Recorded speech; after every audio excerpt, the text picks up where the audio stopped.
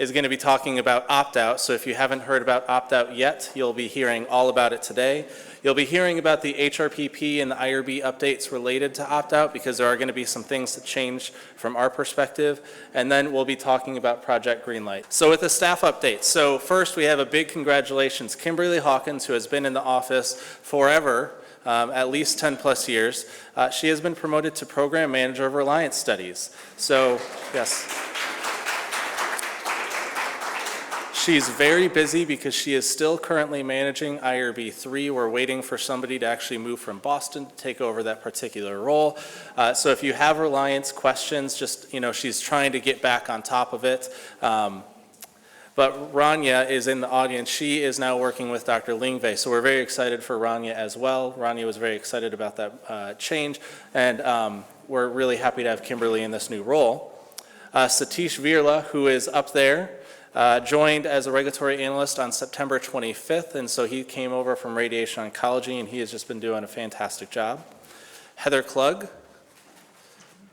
joined as a regulatory analyst on September 30th, and she's been doing just as good a job as Satish, so I'm not trying to compare and contrast there, but they're both really fantastic, and we're so excited to have them in the office. And we still have quite a few positions available on the UT Southwestern website. I see some faces in the audience who maybe sent me some emails. We are working through things as quickly as we can. Just to understand sometimes recruiting here at this institution, I'm not blaming HR, it's a process to get things posted and then move through the process of actually making offers and interviews and all that sort of stuff. So we're working through it as quickly as we can. Moving on to the metrics. So with the last 6 months, we have had a very busy time frame in the past 30 days. This actually was a jump from the last time that we did the metrics. This jumped up about 200 total submissions.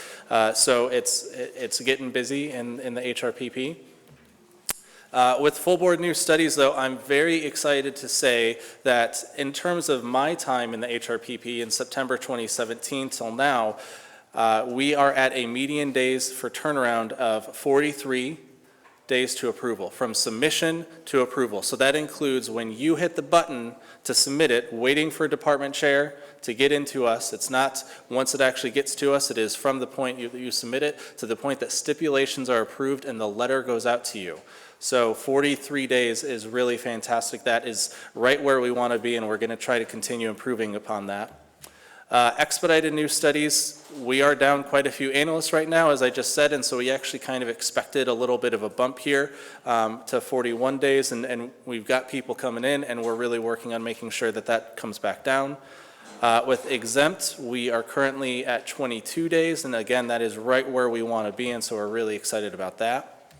And with Reliance, we're at 16. The numbers that Chuck showed to the managers today in our HRPP program manager was a little bit higher. Again, we expected that as Rania transitioned into her new role, and Kimberly has been slowly transitioning away from owning an IRB and actually owning the program for Reliance. So it's going to be a slow transition there, but we're really excited that Kimberly is going to take over that.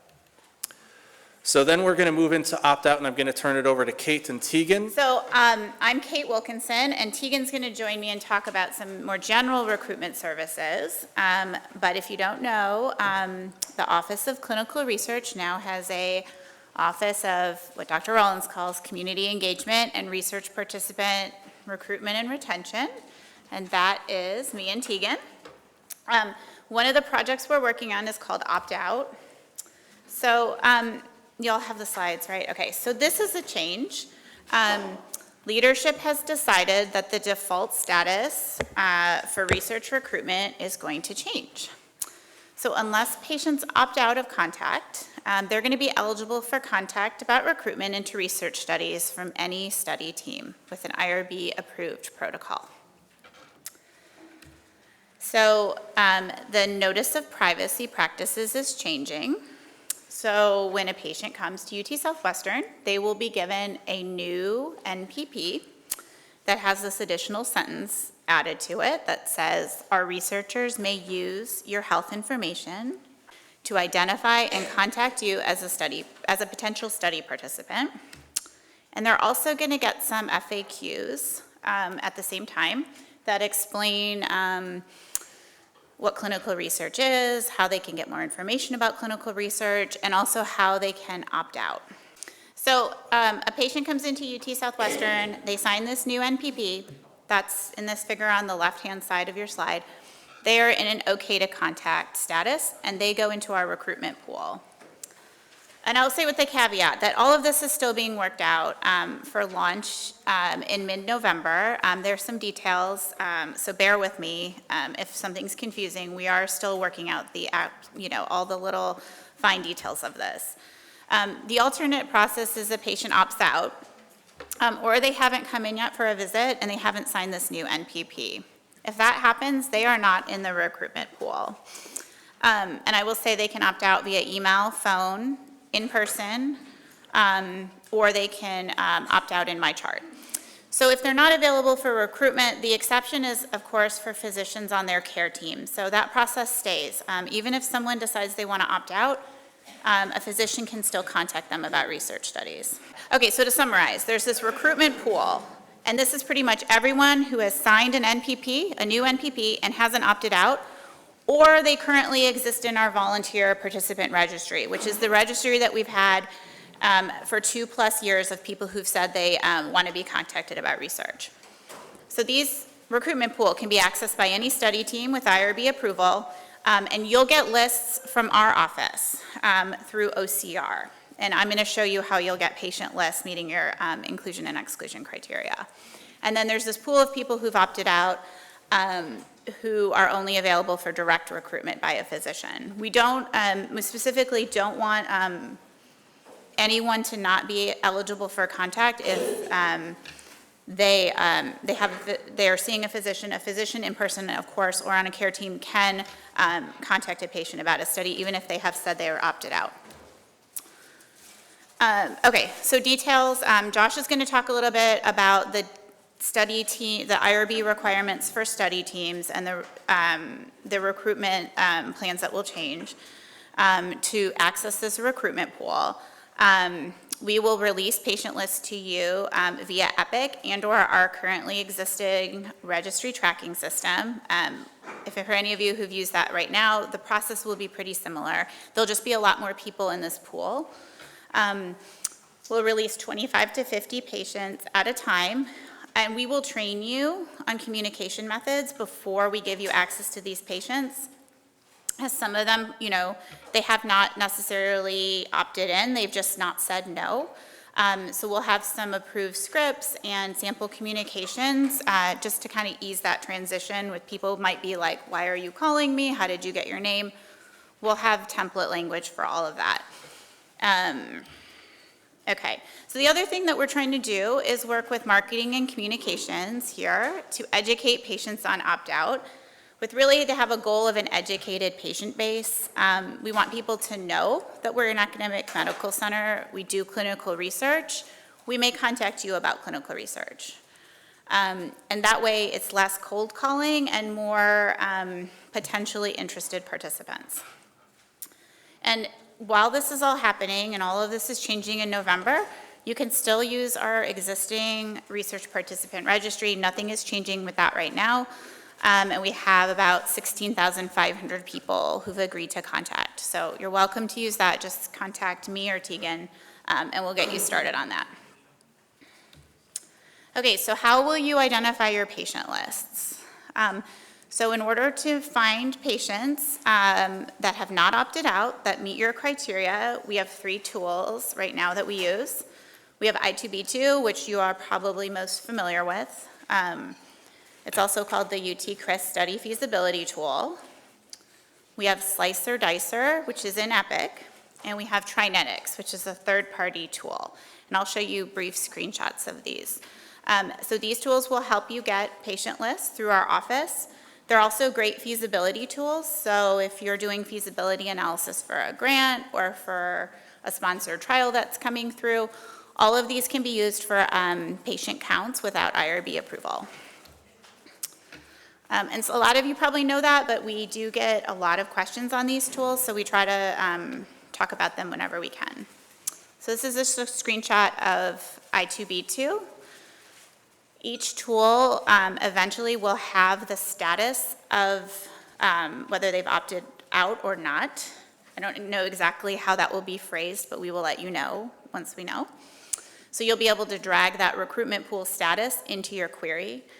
Other things that are available, pretty much anything you can imagine that's in the clinical research data warehouse is searchable in I2B2.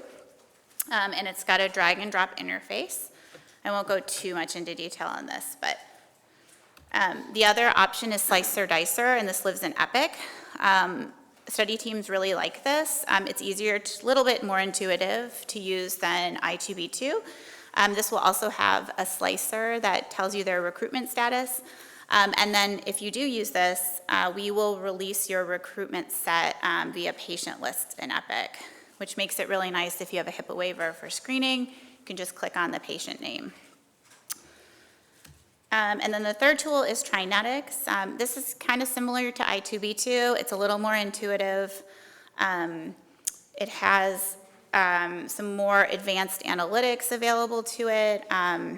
It's easier to do like temporal constraints if they have to have an event or multiple diagnoses at the same time, and then they subsequently have to take a medication. It's a little easier to do in Trinetics. But we can go over all these tools with you anytime. Just call us, email us, and we'll be happy to come to you or your research meeting, anything, and show you these tools.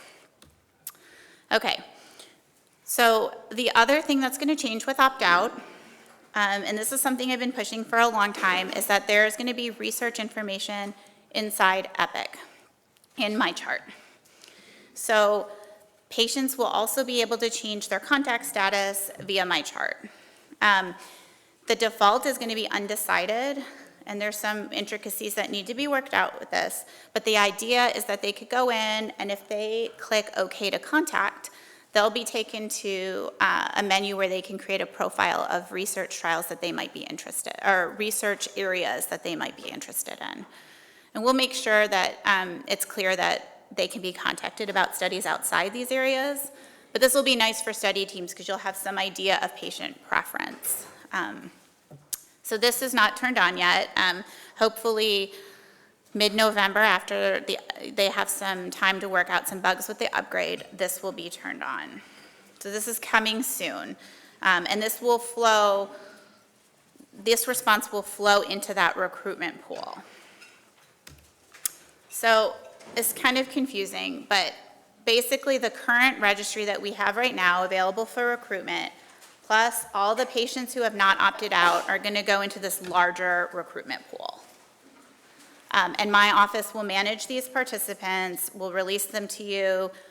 We hope to do education to these participants so they know, or these patients so they know, they are educated somewhat on research. We want them to be eager volunteers so that you're not spending a lot of time calling people who have no idea that they just didn't opt out and they have no interest in research. We want to minimize that as much as possible. Okay, so now I'm going to turn it over to Tegan, and we'll answer questions at the end. I know this is confusing and kind of a high-level overview. But Tegan's going to talk about some other recruitment resources that our office is working on, not limited to opt-out. Hi, everyone. I'm Tegan Lampkin. I'm the Clinical Research Recruitment Specialist. One of the things that our office is working on is an expanded website that'll be a centralized area that research teams can come to request advertising price lists and with sample recruitment plans and to book consultations. Currently, if a team wants to book a consultation, they can just email Kate or myself. On the website, this is the recruitment checklist that we give teams, and it's something that we'd like teams to use before starting a protocol to understand the practicality of fulfilling enrollment requirements. So it goes for all 3 stages of the study, from budgeting to study start, to determine feasibility, to understanding what type of recruitment and budgeting that your team will be using, and then during enrollment using the I2B2, Trinetics, and Slice or Dicer to receive your patient set. And this is used in conjunction with the recruitment and retention plan. So we hope to have that available on our updated site. Okay, so we'll be back when all of the screenshots are available that show when we know exactly when the NPP is rolling out to the clinics, when we can tell you exactly how you will go into Slicer, Dicer, and I2B2 and figure out how many people have not opted out. We'll be back with all of those screenshots, but we wanted to let you know that this is coming. This is really high priority by senior leadership, and you may get questions once it rolls out from research participants, meaning what does this mean? We'll have resources for all of that. It's coming, hopefully mid-November. But does people have questions about this? I'm shocked because I still have questions, but okay.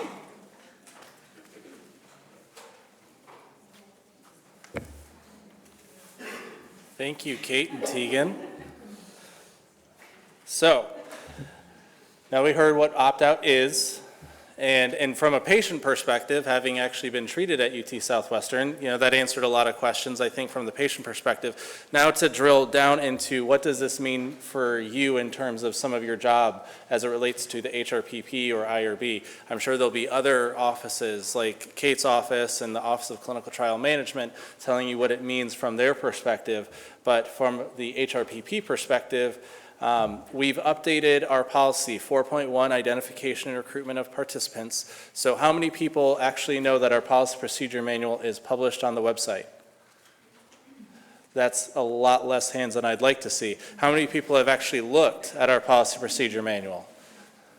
So it's out there. If you go to our current website, our new website is actually pending web services to push it to a published status.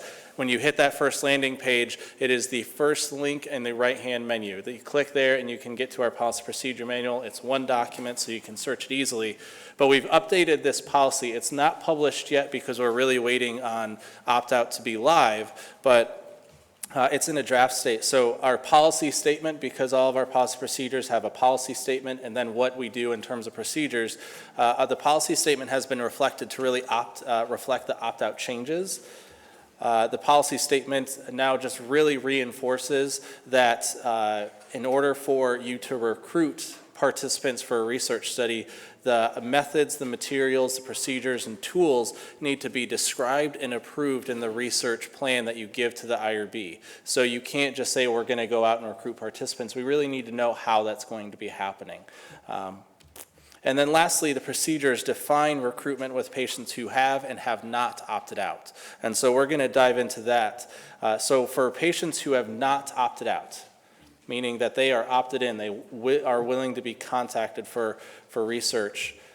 So the first way that you could potentially recruit these participants is if your provider has an established treatment relationship. And a couple months ago, we talked about the fact that we were going to establish an HRPP work group or focus group, and we showed these changes to the work group, and they had some thoughts on really defining treatment relationship, and so I think we'll have more to come on what treatment relationship means, because when we talked about it internally within the HRPP, I think every program manager had a slightly different definition of what treatment relationship might mean. But that's the first way that you could potentially recruit and contact these patients, is that your provider, your PI has an established treatment relationship. The second way is that the researcher doesn't have that established relationship, but potentially the IRB approves a partial waiver of HIP authorization for recruitment, so you can go out and find out who might be eligible for your study. You also potentially work with the actual treating providers for those subjects, so you find out this patient one is potentially eligible for your study, and you go to their treating provider and say, hey, can we work with you to contact this patient and find out if they'd be interested. The second way is potentially just advertisements. So you're going to put stuff out on Twitter, Facebook, bus ads, radio ads, and if you put that out there and they contact you, then they're indicating that they're willing to be talked to about that particular research study. Think about if you walk through South Campus here, you see all those flyers around campus about studies that need some control subjects. Think about that. And then the last way is that the researcher works with the Office of Community Engagement and Participant Recruitment and Retention, and you use the provided cohort of individuals that Kate just talked about who have not opted out, and you contact those participants. So that's really the three ways that the procedures define that you might recruit participants who have not opted out. So moving to patients who have opted out, meaning that they're going into MyChart, into Epic, calling Kate's office, indicating that they do not want to be contacted for research studies. So again, if your provider, your PI, has an established treatment relationship, you can still have these conversations. There's nothing that prevents a treating physician with talking to a potential subject and saying, I've got this study and I think you might be a good fit. I think it might be good for you. What do you think? That is still definitely allowed. And if you don't have that relationship, the IRB can still approve partial waivers of HIP authorization, allowing you to find out who might be eligible, and you might be working, again, with the treating providers or through advertisements. So again, patients might opt out, but then they see a bus flyer and say, that actually sounds really interesting, let me call them. You know, they're initiating the contact and indicating that they might want to participate. And so this is very similar to the patients who have opted out, except I didn't include that third option of you contacting the patients directly without working through an advertisement or the treating physician. So that's the main difference really from an IRB perspective, that your recruitment plans, this is how we're really going to be defining potential recruitment plans for your studies. Now, just again, Kate said this, but I want to reiterate it, that patients who have opted out can still be included in aggregate counts for feasibility or an IRB-approved research on existing data. So if you are doing a retrospective chart review, a prospective chart review, where the IRB has waived informed consent, you can still include these patients in those studies. We're just saying that they're not going to be contacted for a study.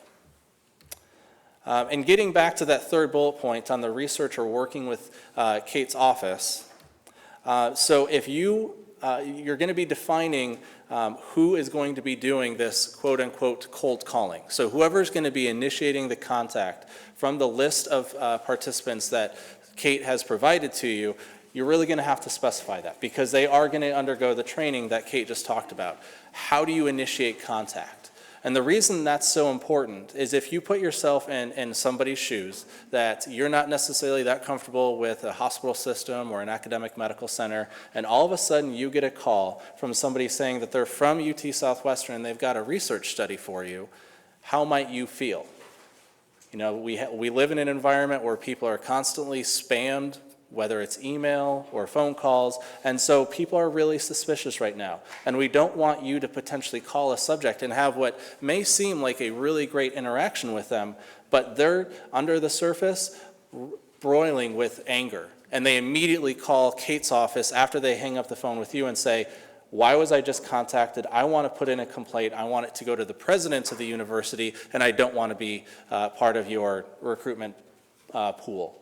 And that definitely can happen. And so we want to make sure that everybody is trained appropriately to actually initiate this contact. How do you talk to people on the phone that they have no idea who you are?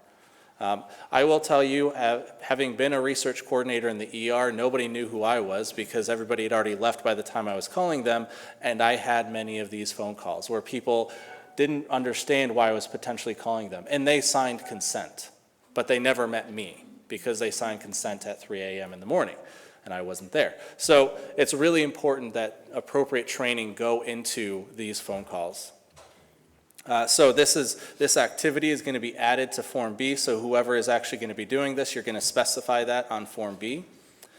And then that training is going to be offered by Kate's office, and then it's actually going to be checked by the Office of Clinical Trial Management. And I see them up right there. Hi. So they're going to be checking that when they do their performance site reviews. Come on. So Form C is also going to be updated. So that's the study population recruitment and consent form because we ask questions as it relates to the recruitment plan. Currently, we really ask 3 questions if I want to be generic about it: identification, initial contact, and then the methods. And we're going to update those to reflect this new opt-out reality. But just to be absolutely clear, currently approved studies will not be affected unless you modify your recruitment methods to utilize opt-out. So if you have a study that you said you were going to enroll 100 people and you're having a really hard time enrolling people, you contact Kate and say, hey, I really need a cohort of people who haven't opted out. We're going to update everything, and then your new study would fall under these changes. Otherwise, your current recruitment plans will not be affected. You're not going to have to modify everything for studies that are currently approved. Okay, so that's opt-out, and then I can take quick questions. Yeah, Mike? That's a great question. So he just asked, is the opt-out process, is that for only UT Southwestern? And it is only for UT Southwestern. It does not affect Children's, Parkland, Texas Scottish Rite, THR. They are their own covered entity, and so we're doing this underneath our covered entity. Yeah. And none of those patients be signing the new notice of privacy practices. So it's only going to be UT Southwestern patients. Okay. So I'll move on then to Project Greenlight. How many people have heard about Project Greenlight? Wow, I'm glad I didn't do a poll question because that number would have looked awful. So Project Greenlight, we're really, really excited about this. It's been a very long ongoing process, but just to get right into it, Project Greenlight, it's a process that's going to increase visibility of the required approvals for new research studies. So Project Greenlight is only going to apply for new studies after it is live in the system. And it includes IRB approval and HRPP acceptance, which you're already getting, right? Right? Coverage analysis. And 100% of the studies that are submitted through Velos into EIRB undergo a coverage analysis. A lot of studies don't require a coverage analysis, but Clinical Research Services and SPA is doing 100% coverage analysis check on all studies, so that's not new. Clinical trial agreements. If your study is industry funded, you're going through and getting a clinical trial agreement already. And if you're doing a study at UT Southwestern, Parkland, Children's, Texas Scottish Rite, THR, you're already working with their research administration to get performance site review and approval. But what we're doing is we're trying to bring all of that to the forefront so it's easier to find out where am I at with all of these things. We're saying that you have to get all of them, but it's not easy to find out where it's at. So Greenlight is really going to solve that. What Greenlight is not, it's not a new policy. So we're not enacting anything new. All of those approvals that we just talked about on that previous slide, all of those are already required. So we're not adding any new processes that you're going to have to go through. It's not a new process for you at all. So all the changes that we're actually putting into place right now with Greenlight are only really going to affect the business offices. So if anything, we're just making our lives more difficult. And I don't actually think it makes our lives more difficult. I think it makes our lives a lot easier, but it's going to affect SPA, HRPP, OCTM, research administration at Children's, research administration at Parkland. That's who it's going to affect. It's going to require things of us and not necessarily of you. And it's not going to be an additional delay to study activation. So with this increased transparency, being able to see where all of these approvals are at in one screen, it's going to allow you to track where am I at with study activation, and then potentially prompt us via emails, phone calls, and that's okay. We should be getting this done expeditiously.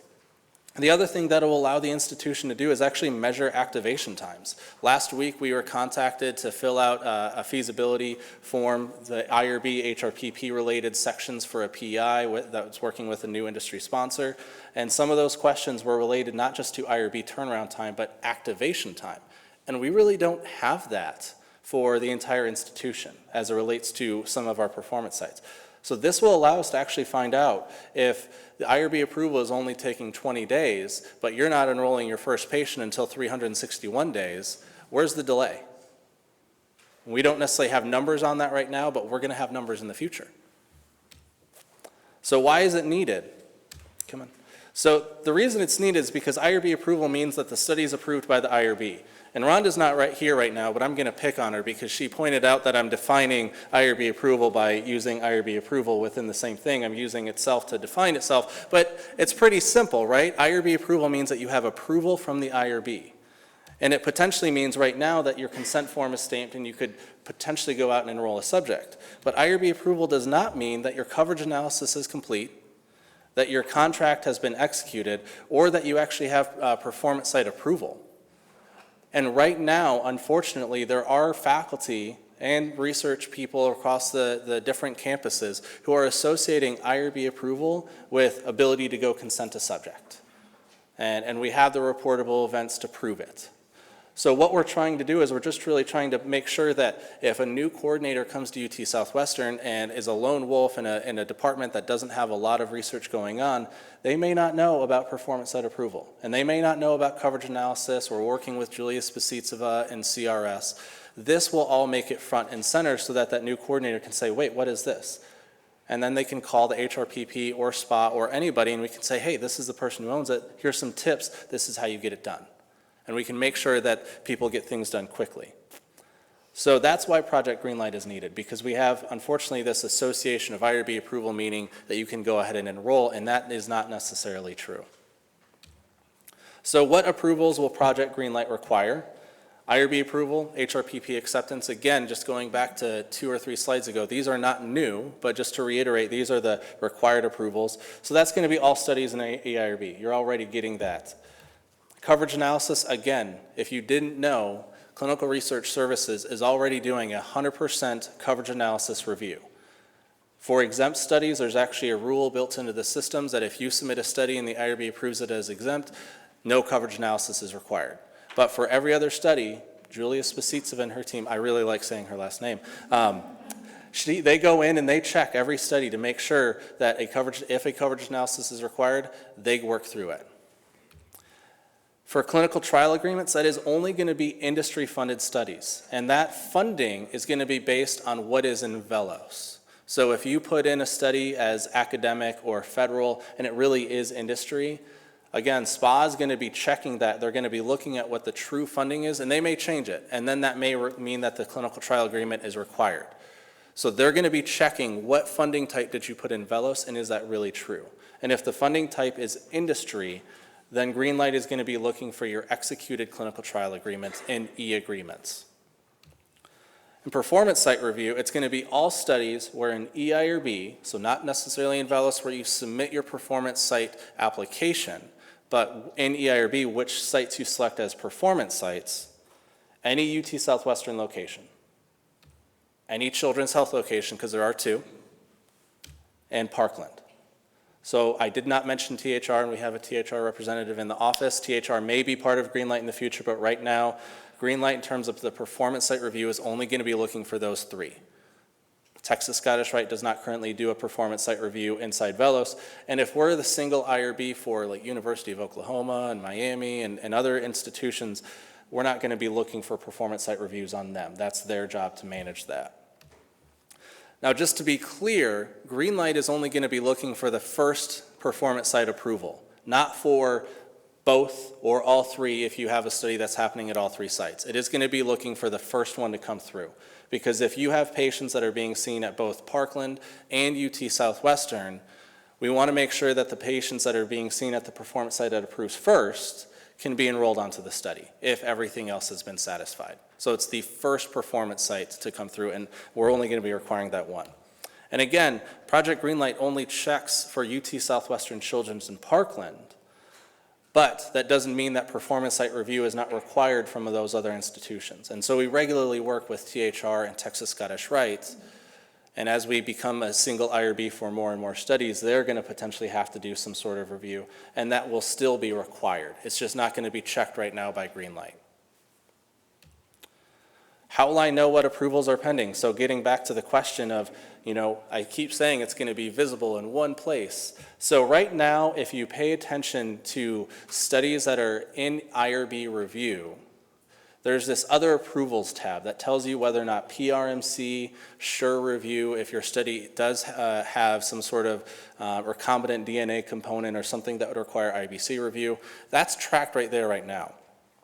And we're going to be renaming that to approval status, and approval status is going to be visible at all times. So right now it's only visible before IRB approval and then it goes away, but it's going to be visible now forever.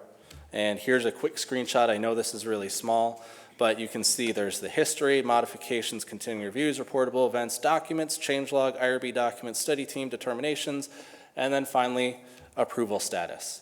You will not necessarily see all of those tabs. I was in our development environment as me, and so I have the ability to see IRB documents that you don't get to see. So you're going to see, though, that approval status for all studies. And so then what does that mean when you actually click on the link? So there's approval status, and then you're going to see this really nice chart. Because right now the other approvals is just a bunch of text, and so they've reformatted it so it's going to be a chart. And you can see it'll actually track, when did the department approve? If IBC is required, when did they approve? Ancillary committee, protocol review monitoring committee, the performance sites, coverage analysis, and contract. Because I know that's small, so I just want to read it. And then here's the component name, institutional biosafety committee, radiation safety, PRMC, UT Southwestern as a performance site, coverage analysis, contract for the CTA, and then lastly, the status. So because it looks a lot better, I promise you, inside EIRB, but because I'm working in PowerPoint, I had to play with the formatting of the pictures a little bit to make sure they were big enough for you. But basically what's going to happen is if your study is actually happening at UT Southwestern, then this would be that it's pending, and you can see that is there right now for coverage analysis. If study is not happening at Children's, the not required, you can see CTA here, not required, will show up. And so these statuses will change in real time. And I'll get to that in just a second. But this is what that approvals status page is going to, or tab is going to look like. You're going to be able to come in here and see, what do I have to get done? What am I waiting on before I can enroll my first patient and have activation? But, just to be clear, the below reflects work under development, and so there might be some changes. I just want to put that statement out there that in case this slightly changes, somebody doesn't email me and say, everything has changed, I'm quitting and I'm suing you. So it may change slightly. So how will Project Greenlight work? So basically what is going to happen is you're going to create your study in Velos, and then you're going to push it from Velos to EIRB. And at that point, department chair approval is automatically going to be initiated, and if there's any ancillary service approvals, IBC, those will automatically take place. Concurrently, because this is a parallel review process, it does not need to be in series. Coverage analysis and performance site requests could be submitted in Velos at this point. And then there's IRB review and approval. And so all of that is current, right? Nothing's changing. All of that is current. What's potentially new, is that when the IRB staff, my team, are preparing the IRB approval letter, when we get to that awaiting correspondence state, if there's any Greenlight approvals that are pending, when we send you the letter, the study is going to move to approved other approvals pending. Basically that you have IRB approval, but we're waiting for some Greenlight required approval to come through. If everything has been completed, or it was not required for your study, then the study, when we send you that first letter, it's automatically going to move to activated, and you can go ahead and potentially start your study. I say potentially because, again, THR and Texas Scottish Rite performance site approvals are not going to be checked by Greenlight, so you still have to make sure you get performance site approval from them. And then once those Greenlight approvals are obtained, coming back to this bullet point, the study will automatically move into awaiting activation in real time. So just like when you send your study from Velos to EIRB, that takes about 5 minutes. It's not going to be an overnight, I completed my coverage analysis, now I need to wait for tomorrow for the HRPP to send me a letter. No, it will automatically move. And so we will get that, and we'll be trying to process them as quickly as possible. We will prepare the activation letter, and at that point, the study would move to activated. So in either case, your study end state now, when you can go ahead and start enrolling patients, is activated. And so I just described all that in words, and I wanted to show it to you visually. Little disclaimer, I tried to rebuild this with some animation so that things would pop up. It did not work. Spent about 4 hours on Saturday doing it. Complete waste of time. So the first thing is I have a little key here because there are some things that are going to be parallel process. Some things, the new things are going to have this little asterisk. Anything that has the plus is going to be automatic, and then the plus minus is going to be something where the HRPP needs to take an action. So the first thing, again, you create your study. And then you tell Velos, I want to push this into EIRB. It automatically moves, and at that point, department chair and ancillary approvals take place, and concurrently, you have your performance site and coverage analysis submissions going in through Velos. IRB review and approval takes place. And then at that point, this is the first new thing. If other approvals are pending, then it's going to go to this 5, where it's EIRB status approved pending other approvals. So these numbers correspond to the prior numbers on the two previous slides, just to be absolutely clear. At that point, if and when those other required approvals are satisfied, EIRB will automatically move the study from other approvals pending to awaiting activation, and then the HRPP will send out the activation letter.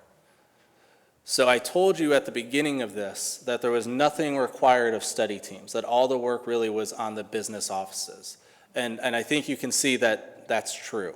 All the work in terms of completing the coverage analysis and putting that status in Velos, of completing the performance site review and then putting that status in Velos, that performance site review is approved, is on the business office. You obviously have to respond to them if they send you any things that they need fixed.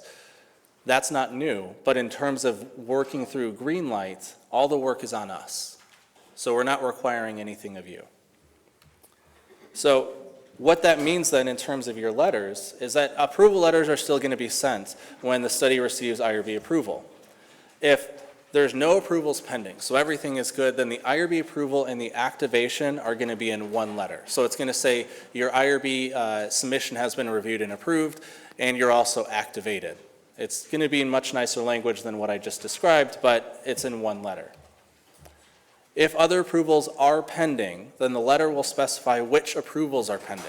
Now, I should have put an asterisk there because we sent the letters off to our partners in AIS, and they're working on building those inside the system, and we should be able to have some sort of logic functionality there, but don't hold my feet to the fire on this. We're doing our best to make sure the letters are truly informative and not just a template letter that doesn't tell you anything. And then if the other approvals were pending and we sent you an IRB approval letter pending activation, a separate activation letter would be sent to you once it gets into that awaiting activation state. And when we send that to you, and also when the other approvals are pending, again, we're really hoping that the letters are going to tell you what is currently pending if we're awaiting other approvals. And if we've told you that you have activation and your study was happening at both UT Southwestern and Parkland, our hope is that the letter will say you have study site approval from Parkland, but UT Southwestern is still pending. That's our hope. So that way it's very clear that you might still be waiting on one or more of your sites. We're also going to be updating the approval notifications, so the emails that you get automatically from the system, they're going to really look similar to the approval letters. And so getting back to the approved, other approvals pending, if a study is in this status, we, the investigator relations team, will still be finalizing all of your documents. So renaming them and then locking them to track changes and inserting that footer, that will still be happening. And we'll still be uploading those into the Documents tab, because it is IRB approved. Modifications, continuing reviews, reportable events, they can all be created and submitted when you're in approved other approvals pending, because again, it is IRB approved. You might be working through performance site review and trying to work on getting that approved when the sponsor sends you an updated contract. There's no reason for us to wait on getting that reviewed and approved. We can do that while you're waiting on performance site review. So when we're in this approved other approvals pending, it really acts like the current state of approved. What's going to be different, again, it requires work from the business offices. What's different is that the studies will not receive a stamped consent document if Greenlight approvals are pending. And that's the big difference. So I said at one of the beginning slides for Greenlight that IRB approval means that you have IRB approval, and that's it. And right now it means that you're getting a stamped consent form. With Greenlight, this is going to be a change. You're going to get Microsoft Word versions of the consent form so that if you need to make changes, you can, but you will not see in EIRB a version that has the approval stamp on it. And that is not necessarily a hard stop, but it's the best potential way that we can make sure that you're not enrolling patients before all of these things are in place. The other impact that it may have on you is that you might have two letters from the HRPP, one being an IRB approval letter and then one being an activation letter. And since now we've drafted up those letters, we're going to be doing our best to show those to our HRPP focus group so that they can give us some feedback. They've already given me some feedback on those letters, and that feedback has been put into the letters that went to AIS. And once we're able to see them in the system, we'll run them back through the focus group to find out, what do you think? What potential issues do you see coming down the line from sponsors with questions when they look at these? That's the sort of stuff we can head off if we do it right. The multi-site study, so if your study includes UT Southwestern and Children's, UT Southwestern and Parkland, or all of the three, you may receive an activation letter if one of those sites is given approval and another is still pending. And so that's really an impact on study teams, because you're going to be told you can go ahead and start your study, but it's not in all the sites that you selected in EIRB. So that's why we really hope that the approval letters are going to specify this is where you can start, and this is where you're still pending a performance site review and approval. And the question came up from within the office, okay, what happens then with that, the next approval? If you got approval from UT Southwestern and you're waiting on Children's, well, you're still going to get performance site review approvals from Velos. You will not get an additional activation letter from the HRPP. So timeline. Development is currently underway, and this morning I was told that we can expect the user acceptance testing for the business offices mid-ish October. So that might be next week, it might be the week after, but heavy on the ish sometime in October. And so right now it's really going to be heavy on the business offices, but at some point, once we validated that we think everything is working okay, we will bring in some select study team members to look at what it looks like. Study team training will begin after UAT ends, and so next month, this is still unofficial, but most likely Julia Spasitsova will be at Research Matters, because Rhonda and I will be at a conference actually showing you screenshots of this is what the system looks like with Greenlight. And hopefully by that point, we'll also have some tip sheets on, you see this, what does it mean? All that sort of stuff. But that's November-ish, and go live is tentatively scheduled for December. You will get a letter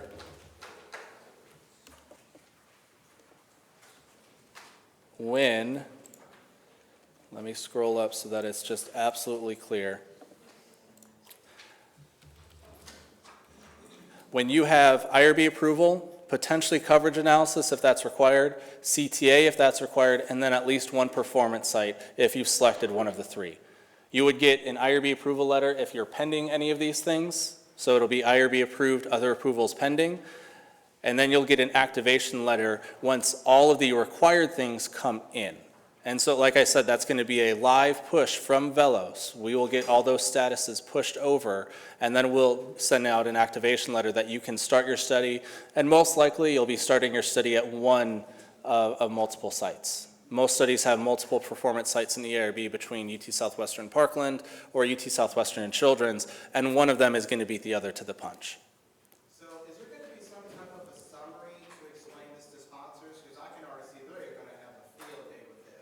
That's a really, they're always chomping at yeah. the bit asking for the approval letter and for the consent form, and so we're going to have to tell them, technically we have IRB approval letter, but we don't have site activation, so we don't have the consent.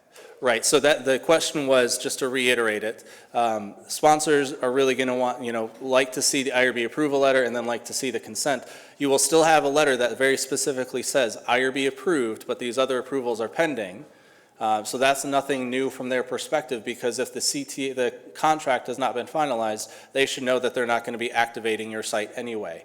And you'll still have a IRB approved consent document, it just will not be stamped.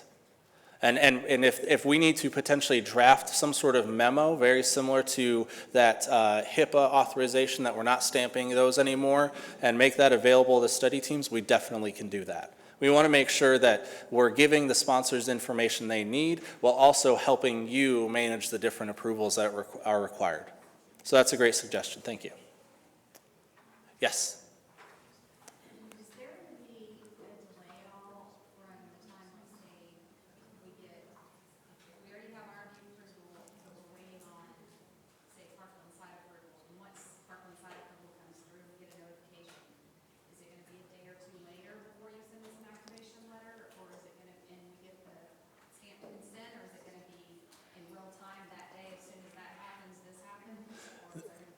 So the question was, if we have IRB approval and a site gives approval, is there going to be any sort of delay when we get to that awaiting activation to activated? The expectation that I'm telling my team is no, there should not be any delay. It should be as soon as possible, get that out, and most likely same day. I know that there has been some delays. I've been getting my hands dirty on doing those myself, and right now we only have about 10 to 15 things waiting in our queue at any one point. So we are trying to get things out same day as best as we can. But if you have specific complaints or we see that it really does have issues, then we can certainly work through that. But I think we're appropriately staffed to make sure that there is no increased delay. Any other questions? Yes. So I think having a memo would really help, because from the sponsor's perspective, all they need is either the approval and the contract being signed for them to activate it or coming for an SIP. Mhm. They don't care about the government side at our end, so not having this stamped ICF would really set us back a little bit, but if we have a memo from Ireland explaining the reason for that, at least they know that this is an ICF just pending the stamp. Yes, so, we can definitely make a memo available to make it clear from the sponsor's perspective that there's other things pending. And I understand from the sponsor's perspective, they're really looking for IRB approval and contract. And I've been there with sponsors. They don't care that your performance site necessarily hasn't approved, but it's not unique to UT Southwestern and our affiliates. Performance site approval exists all over the country, and so sponsors don't necessarily care about it, but they should. They really should be making sure that their studies are not approving or go ahead and enrolling patients before that performance site approval comes in, because that is non-compliance, and who knows what's going to happen with that particular subject. So I think it's really important that we make that very clear to sponsors that other things are waiting. This is what Greenlight means. Yes. So once everything is approved and all the sites are approved, then you will issue a stamped consent, but it will not be stamped. No, there still will be definitely a stamped consent, and a stamped consent will be issued if there is contract after contract, if coverage analysis is required and you have to go through it after that's been completed, and with one performance site approval. So again, you may have UT Southwestern site approval, but waiting on Parkland or Children's, and you will have a stamped consent form. But you have to make sure you don't go to those sites that have not given site approval. Okay, well, I don't see any more hands. So come back next time for more information on Greenlight and most likely more information on opt-out. Thank you.